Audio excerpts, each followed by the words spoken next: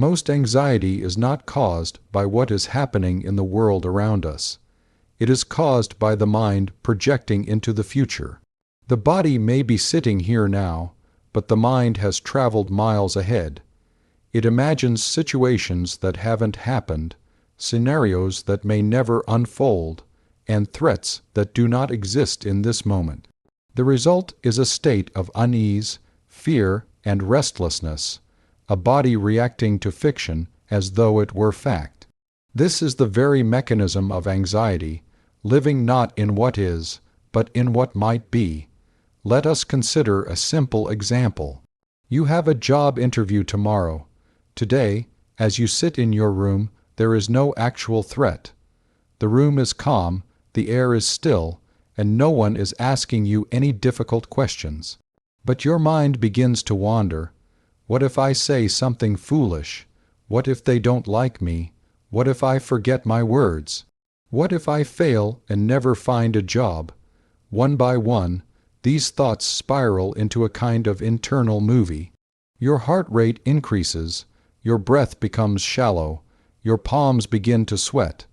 The body prepares to face a danger that does not actually exist, except in your imagination. This is the strange power of the human mind. Unlike other creatures, we have the capacity to think beyond the present. We can remember the past in vivid detail and imagine the future with great clarity. This capacity is what allows us to build, plan, create, and evolve. But the same capacity, when unmanaged, becomes a trap. We start using our imagination to create worst-case scenarios and rehearse suffering before it even happens. And the more we do this, the more real it feels. Anxiety takes root not because anything is wrong, but because our thoughts have convinced the body that something will go wrong. The body does not know the difference between an actual threat and a vividly imagined one. If you sit and think about a terrible event in detail, your body will begin to respond as if it is happening now. This is not because the body is foolish. It is simply reacting to the signals it receives. The mind is the command center. When the mind runs wild, the body follows. This is why someone can be lying in a warm bed, with no danger present, and still feel as though they are in a crisis.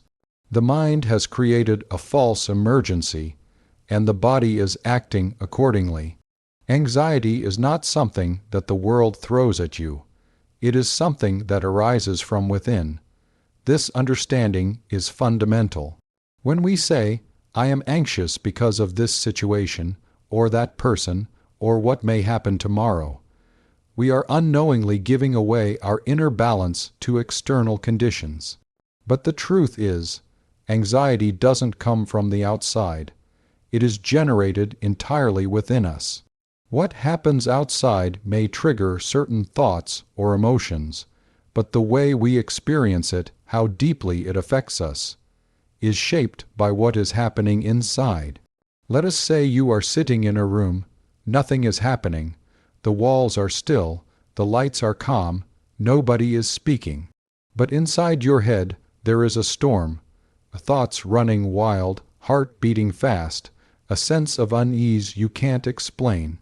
The room hasn't changed, yet your experience of it has. This is a very clear sign. The source of anxiety is not in the situation, but in the way you process it. We must recognize that the human mind is a powerful tool, but it can work against us when left unmanaged. For many people, their own mind has become their greatest source of suffering. What should have been a beautiful instrument to create, imagine, and solve problems, instead becomes a factory of fear. If you think about it, all anxiety is based on something that has not yet happened. You are reacting not to reality, but to your projections of what might happen. The future has not arrived, but your body and mind are already paying the price. This ability to think about the future is what separates us from other creatures. But when that gift turns into worry, we are using our intelligence against ourselves.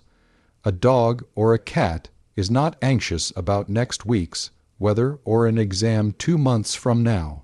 They live fully in the moment, but we, with all our cleverness, often live more in imagined tomorrows than in the reality of today. And that is where anxiety finds its ground. So, the first and most empowering realization is, if anxiety is being created from within, then the solution also lies within.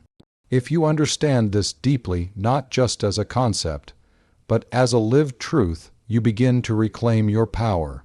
You stop being a victim of circumstances and start becoming the master of your inner space. Of course, it doesn't happen overnight. It takes a certain level of attention, honesty, and willingness to look within. Most people are too busy looking for distractions to avoid facing what's inside. But if you are willing to sit quietly, without running, without numbing, without blaming, you begin to see how your own thoughts are shaping your experience of life. You begin to see that you are the creator of your anxiety, not the world, and that, strangely enough, is good news. Because what we create, we can also uncreate. The moment you stop believing that your peace depends on perfect external conditions, you start building a kind of freedom that cannot be shaken. So, when anxiety arises, don't point your finger outward. Turn inward, not to judge yourself, but to understand yourself. In that turning, something powerful begins. The journey from unconscious reaction to conscious living. And in that shift, anxiety starts to lose its hold.